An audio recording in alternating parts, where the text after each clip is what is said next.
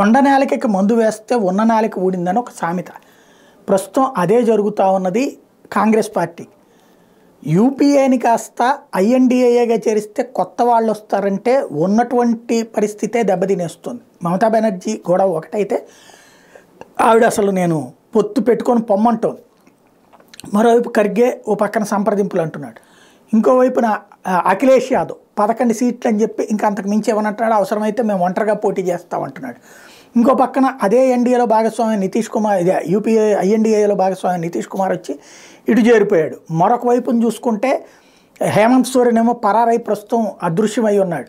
ఇంకో పక్కన ఉద్ధవ్ థాకరేను శరద్ పవార్ ఉన్న వాళ్ళ పార్టీలో 300 మంది వచ్చేసి ఇటు ఎన్డీఏలో కలిసి ఉన్నారు.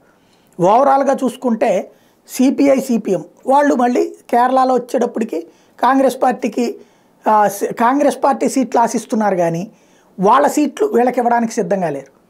ఇలాంటి దశలో ఎలాగ ఈ పరిస్థితిని చక్కదిద్దాలో ముందు పాదయాత్ర కాకుండా కూర్చుని మాట్లాడి స్వయంగా పరిష్కరించుకోవాల్సిన బాధ్యత రాహుల్ గాంధీ ఉంది. ఖర్గే మీద వదిలేస్తే గాల్లో దీపం పెట్టి దేవుడా నీదే భారం అన్నట్టుదే.